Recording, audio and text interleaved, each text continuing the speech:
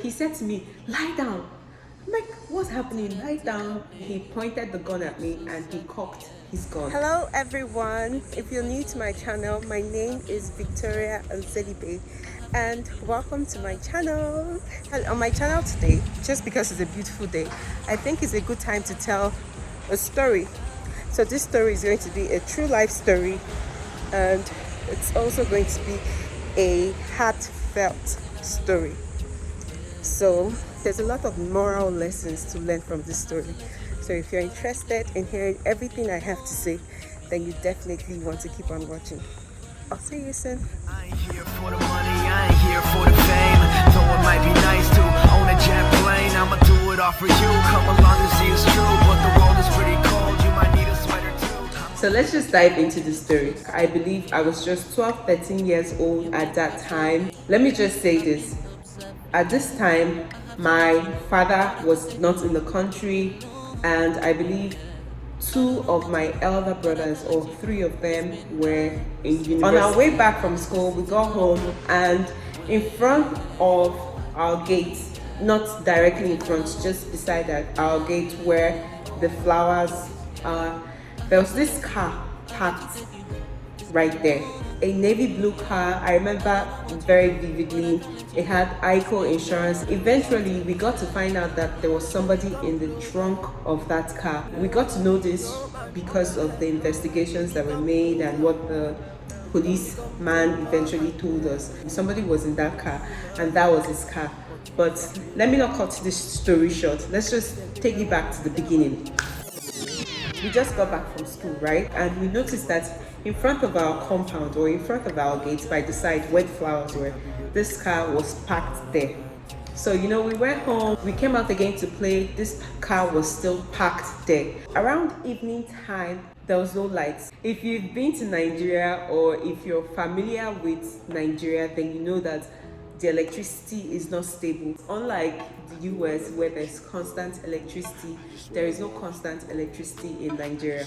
So that particular day, there was no light. This evening, I believe at around 7 p.m. or past 7 p.m., my mom and my eldest brother and my cousins, they were not back yet. They went to work and they were not home yet. Eventually, we heard this horn. We thought it was my mom and my eldest brother returning back from work because nobody else would be coming to the house at that time. My sister, my twin sister, and my cousin, a boy, they stood up and they went to the gate to open the gate. So it was just myself and my little cousin, and we were just there playing. Normally, once they come in, my brothers would turn on the generator. So we're counting. We counted from 1 to 10 twice, and the generator was still not on. Myself and my little sister, we went to check for ourselves to see what was happening. We were looking towards the gate, and we saw my cousin making this sign to us. He was telling us, go back, go back, go back. I just looked by my side and I realized she wasn't there again. So she probably grasped what he was trying to say and she ran out and she left immediately. So I couldn't find her. And this man standing there with a gun called me, come in. I walked towards him. So I'm seeing my sister and my cousin very well now because it was late and it was dark. So when I got closer to the gate, I'm seeing my sister and my cousin lying on the floor.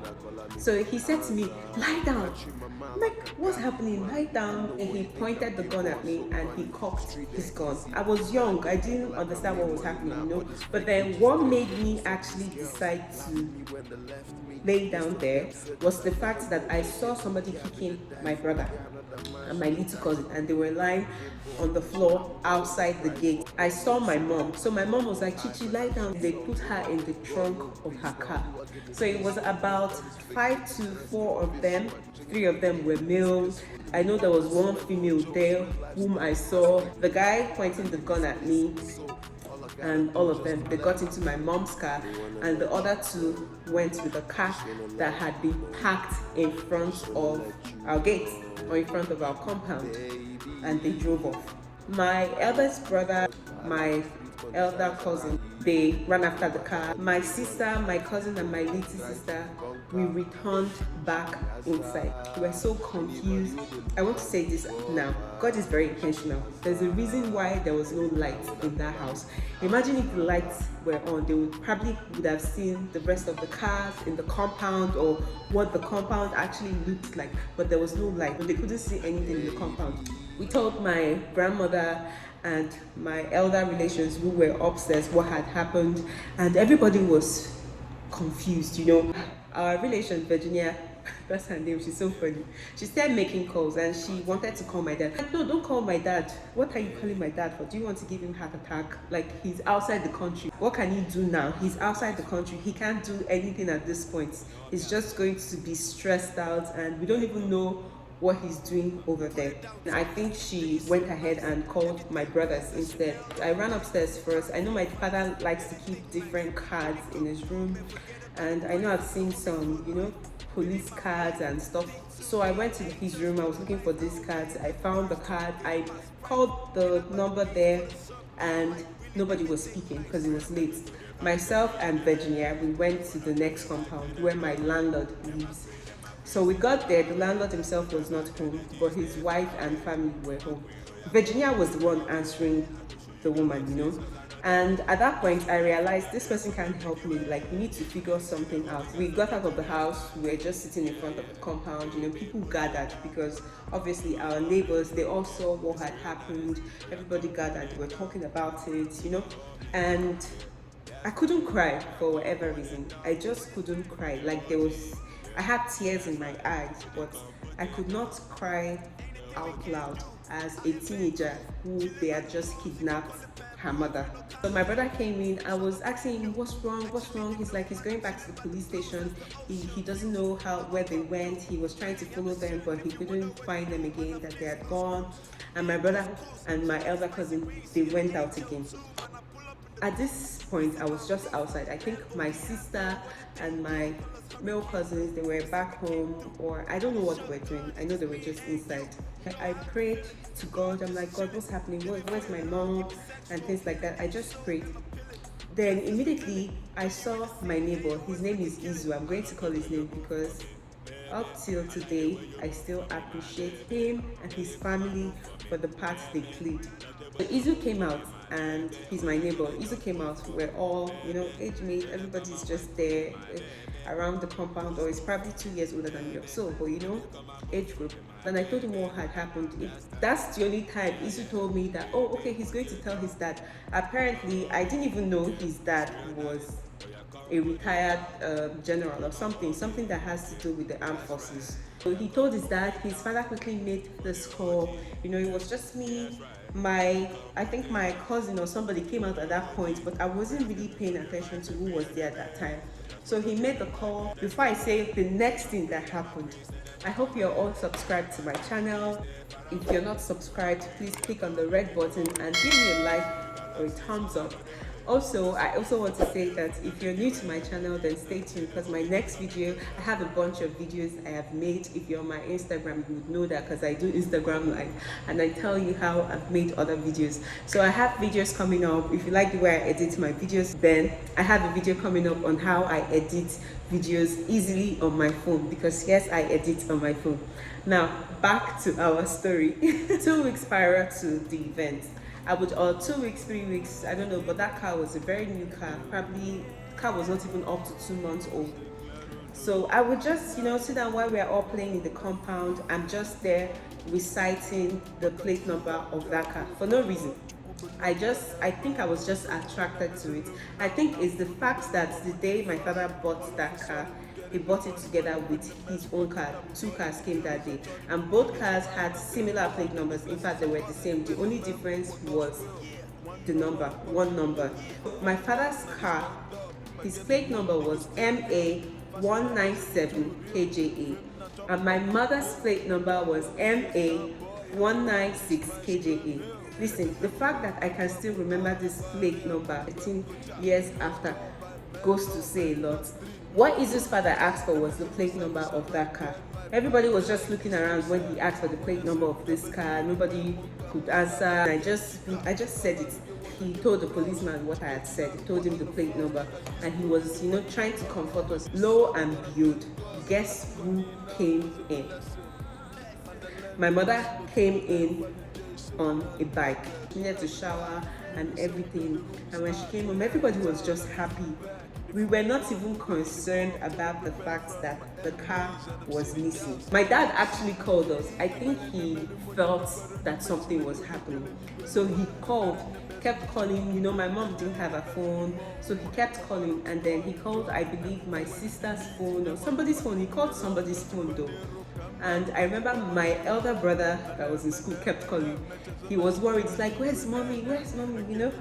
And finally, we told the mom was back. My mom took the phone from whoever my dad had called, and I can't really remember who.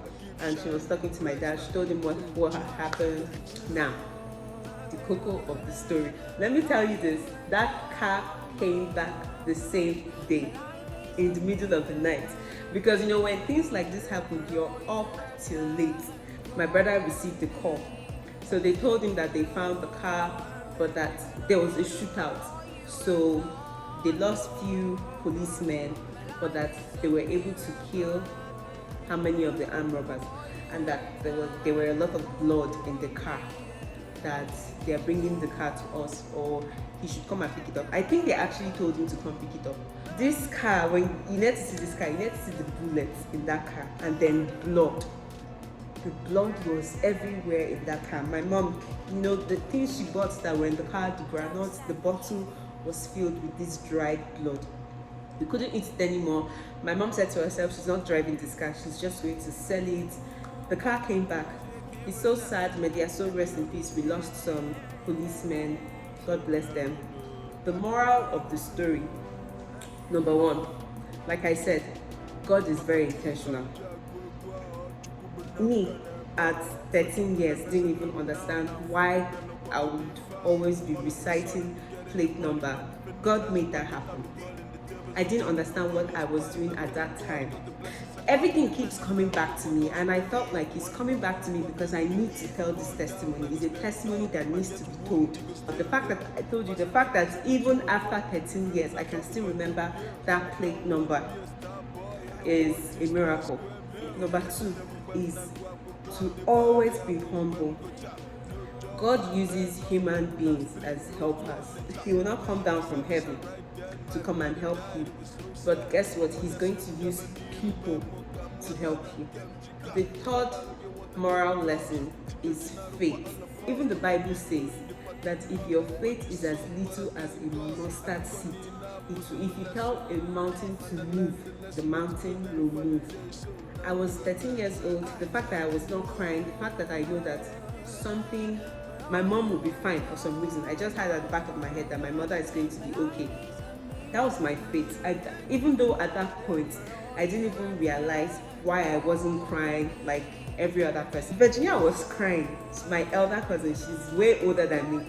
And I would see her and I'll be feeling bad that I am not crying. But it was just my faith. The fact that I know this is not the end of the story. My mother is going to be fine. I'm not going to lose my mother. This is not how it's going to happen. Our faith speaks a lot.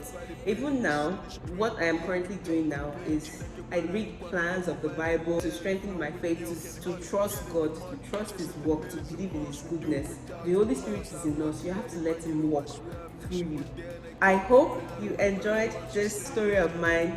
Let me know what you think in my comment section. Do not forget to subscribe to my channel. Give this video a like. Until next time, guys, thank you so much for watching. I love you. Bye.